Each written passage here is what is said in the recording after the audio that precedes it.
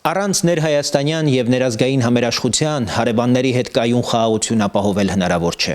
Երբ հասարակության ներսում խորանում են անվստահությունը, ատելությունը եւ պառակտումը, թուլանում է պետության դիմադրողունակությունը, բանակցային դիվանագիտական կարողությունը եւ արտաքին ճնշումներին դիմակայելու հնարավորությունը։ Մեր հակառակորդները դա շատ լավ հասկանում են։ Նրանց հաշվարկը շատ պարզ է։ Հնարավորինս թուլացնել Հայաստանի ներքին ամրությունը, խաթարել հանրային համերաշխությունը, խորացնել անվստահությունը պետության եւ միմյանց նկատմամբ, որպեսզի ներսից բաժանված հասարակությունը դառնա ավելի հեշտ կառավարելի եւ ավելի խոցելի արտաքին ազդեցությունների համար։ Ներքին համերաշխությունը պետական հասունության ցուցիչ է։ Դա կարողություն է նույնիսկ լուրջ տարաձայնությունների պայմաններում պահպանելու ազգային նվազագույն միասնականությունը եւ պետության շահը վերդասել խմբային եւ անձնական շահերից։ Ուստի կամ մենք ձևավորում ենք ներսից ամուր, համերաշխ եւ ինքնավստահ պետություն, կամ շարունակում ենք խժռել ինքներս մեզ, հնարավորություն տալով ուրիշներին ազդել մեր ապագայի վրա։ Խաղաղությունը սկսվում է ներսից։